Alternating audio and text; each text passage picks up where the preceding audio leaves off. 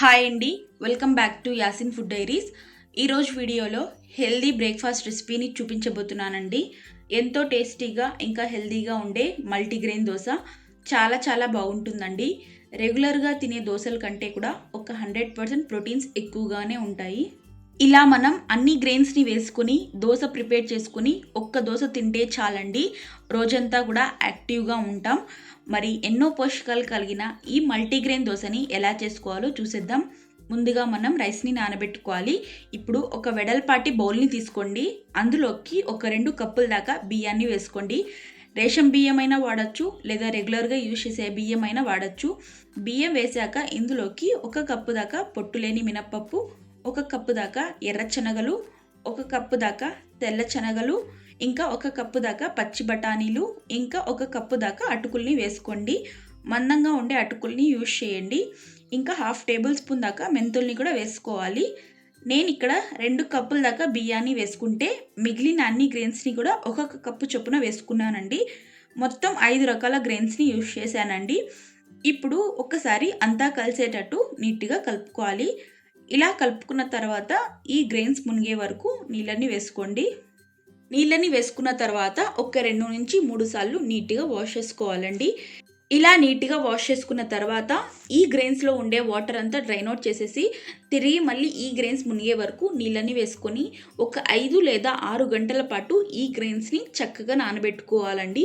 Grains ఎంత బాగా నానితే దోశలు అంత సాఫ్ట్గా వస్తాయండి. 8 గంటల్లో ఈ గ్రెయిన్స్ చక్కగా నానిపోతాయి. ఒక 8 గంటలు నానబెట్టుకున్న తర్వాత చూడండి, గ్రెయిన్స్ అన్నీ కూడా చక్కగా నానిపోయాయి. ఇప్పుడు వీటిని మరొక 2 నుంచి 3 సార్లు బాగా వాష్ చేసుకోవాలి. ఇలా వాష్ చేసుకున్న తర్వాత ఇందులో ఉన్న వాటర్ అంతా డ్రైన్ అవుట్ చేసేసి వీటిని బ్లెండ్ చేసుకోవాలి. ఇప్పుడు ఒక మిక్సీ జార్ని తీసుకోండి. ఇందులోకి కొద్దిగా బియ్యాన్ని వేసుకొని మెత్తగా బ్లెండ్ చేసుకోవాలి. బ్లెండ్ చేసేటప్పుడే కొద్దిగా నీళ్ళని వేసుకొని మెత్తగా బ్లెండ్ చేసుకోవాలండి. చూడండి, ఇలా బ్లెండ్ చేసుకుంటే సరిపోతుందండి. ఇలా బ్లెండ్ చేసుకున్న ఈ దోశ బ్యాటర్ని ఒక వెడల్పాటి గిన్నెలోకి ట్రాన్స్ఫర్ చేయండి. ఇలాగే మిగిలిన అన్ని గ్రెయిన్స్ని కూడా కొద్దిగా వేసుకొని మెత్తగా బ్లెండ్ చేసుకోవాలి. ఇలా బ్లెండ్ చేసుకున్న తర్వాత ఇప్పుడు ఈ దోశ బ్యాటర్ని ఒక్కసారి అంతా కలిసేటట్టు నీట్గా గరిటెతో కానీ లేదా చేత్తో కానీ కలుపుకోండి.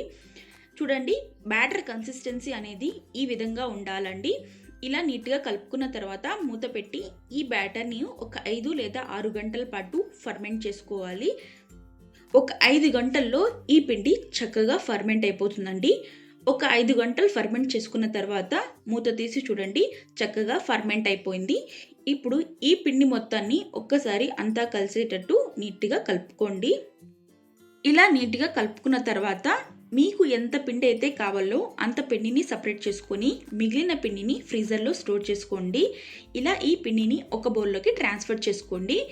ఇలా పిండిని సపరేట్ చేశాక ఇందులోకి 1 టేబుల్ స్పూన్ దాకా సాల్ట్, ఇంకా 1/2 టేబుల్ స్పూన్ దాకా బేకింగ్ సోడాని వేసుకోండి. అలాగే ఇందులోకి కొంచెం వాటర్ని కూడా వేసుకొని కలుపుకోండి. వాటర్ మరీ ఎక్కువగా వేయకుండా కొద్దిగా వేసుకొని కలుపుకోవాలి. బ్యాటర్ కన్సిస్టెన్సీ ఈ విధంగా ఉంటే దోశలు చక్కగా వస్తాయండి.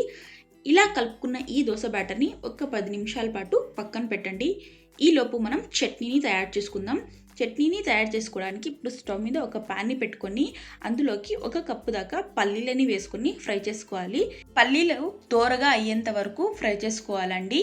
పల్లీలు ఫ్రై చేసేటప్పుడు మీడియం ఫ్లేమ్లో పెట్టుకొని దోరగా వచ్చేంత వరకు ఫ్రై చేసుకోవాలి. హై ఫ్లేమ్లో పెట్టి ఫ్రై చేస్తే పల్లీలు సరిగ్గా వేగవు, మాడిపోతాయి, ఇంకా లోపల పచ్చిగా ఉంటాయి. ఇలా పల్లీలన్నీ ఫ్రై చేసుకున్న తర్వాత ఈ పల్లీలని ఒక ప్లేట్లోకి ట్రాన్స్ఫర్ చేసి పక్కన పెట్టండి. ఇప్పుడు అదే ప్యాన్లోకి 2 టేబుల్ స్పూన్ల వరకు ఆయిల్ని వేసుకోండి. ఆయిల్ హీట్ అయ్యాక ఇందులోకి 5 నుంచి 6 తుంచుకున్న పచ్చిమిర్చిని కూడా వేసి ఫ్రై చేసుకోవాలి. పచ్చిమిర్చిని ఒక 5 మినిట్స్ పాటు ఆయిల్లో ఫ్రై చేసుకోవాలండి. ఇలా ఫ్రై చేసుకున్న తర్వాత ఇందులోకి 1 కప్పు దాకా పొడుగ్గా కట్ చేసిన 2 టమాటాలని కూడా వేసుకొని ఫ్రై చేసుకోవాలి. ఇలా టమోటాలు వేసాక ఒక్కసారి అంతా కలిసేటట్టు బాగా కలుపుకోండి.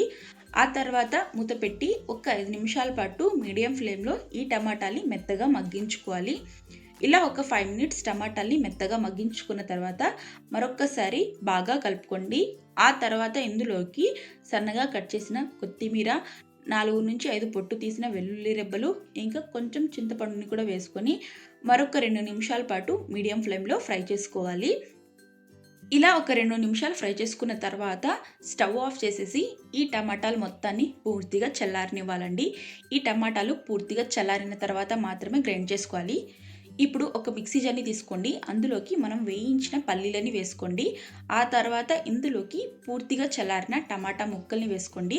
అలాగే ఒక స్పూన్ దాకా సాల్ట్, ఇంకా ఇందులోనే కొంచెం వాటర్ని కూడా వేసుకొని ఈ చట్నీని మెత్తగా బ్లెండ్ చేసుకోవాలి. చూడండి, ఇలా బ్లెండ్ చేసుకుంటే సరిపోతుంది. ఇలా బ్లెండ్ చేసుకున్న ఈ చట్నీని ఒక బౌల్లోకి ట్రాన్స్ఫర్ చేసుకోండి. మీకు కనుక ఈ చట్నీ కొంచెం పల్చగా కావాలనుకుంటే అదే మిక్సీ జార్లోకి కొద్దిగా వాటర్ని కూడా వేసుకొని ఈ చట్నీలోకి కలుపుకోండి. చూడండి, చట్నీ కన్సిస్టెన్సీ ఈ విధంగా ఉంటే సరిపోతుంది. ఇప్పుడు ఈ చట్నీకి తాలింపుని వేసుకుందాం. స్టవ్ మీద మరొక చిన్న ప్యాన్ని పెట్టుకొని అందులోకి 2 టేబుల్ స్పూన్ల దాకా ఆయిల్ని వేసుకోండి. ఆయిల్ హీట్ అయ్యాక ఇందులోకి 1 టేబుల్ స్పూన్ దాకా ఆవాలు, ఇంకా 1/2 టేబుల్ స్పూన్ దాకా జీలకర్ర వేసుకోండి. అలాగే ఇందులోకి 2 తుంచుకున్న ఎండుమిర్చి, ఇంకా కొంచెం కరివేపాకుని కూడా వేసి మరొక 2 నుంచి 3 నిమిషాల పాటు మీడియం ఫ్లేమ్లో ఫ్రై చేసుకోవాలి. ఇలా ఈ తాలింపుని ఒక 2 నిమిషాలు ఫ్రై చేసుకున్న తర్వాత స్టవ్ ఆఫ్ చేసేసి ఈ తాలింపు మొత్తాన్ని చట్నీలోకి ట్రాన్స్ఫర్ చేసుకోండి. తాలింపు వేశాక ఒక్కసారి అంతా కలిసేటట్టు నీట్గా కలుపుకోండి. అంతే అండి, మన పల్లీ చట్నీ రెడీ అయిపోయింది. ఈ చట్నీ దోశలోకి చాలా టేస్టీగా ఉంటుందండి.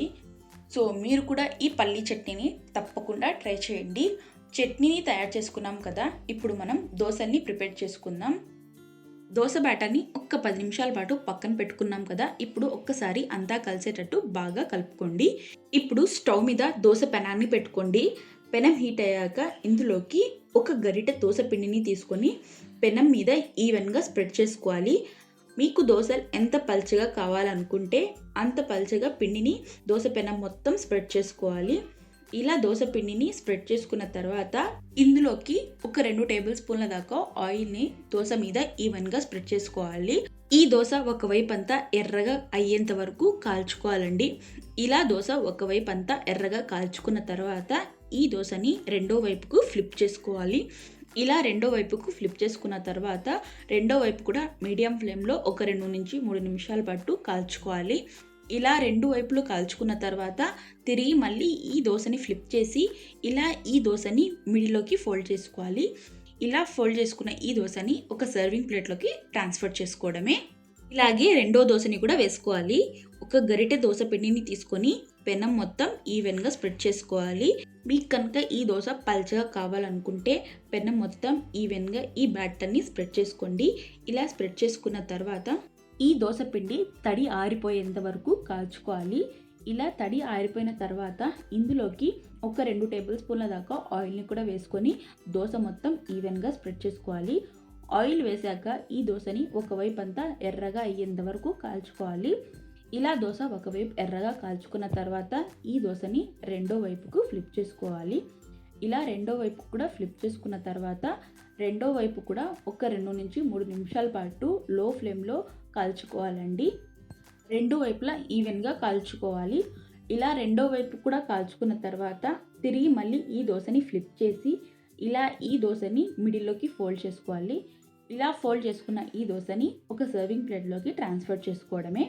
అంతే అండి, ఎంతో టేస్టీగా ఉండే మల్టీగ్రెయిన్ దోశ రెడీ అయిపోయింది. చాలా టేస్టీగా ఉంటుందండి. సో మీరు కూడా ఈ మల్టీగ్రెయిన్ దోశని తప్పకుండా ట్రై చేయండి. ట్రై చేసి టేస్ట్ చేశాక మీకు ఎలా కుదిరిందో మీ ఫీడ్బ్యాక్ని కమెంట్ బాక్స్లో పిన్ చేయండి. రెసిపీ నచ్చితే లైక్ చేయండి, ఫ్రెండ్స్ అండ్ ఫ్యామిలీతో షేర్ చేయండి. ఇలాంటి మరిన్ని క్విక్ అండ్ టేస్టీ రెసిపీస్ కోసం యాసిన్ ఫుడ్ డైరీస్ని సబ్స్క్రైబ్ చేసుకోండి. Thank you for watching.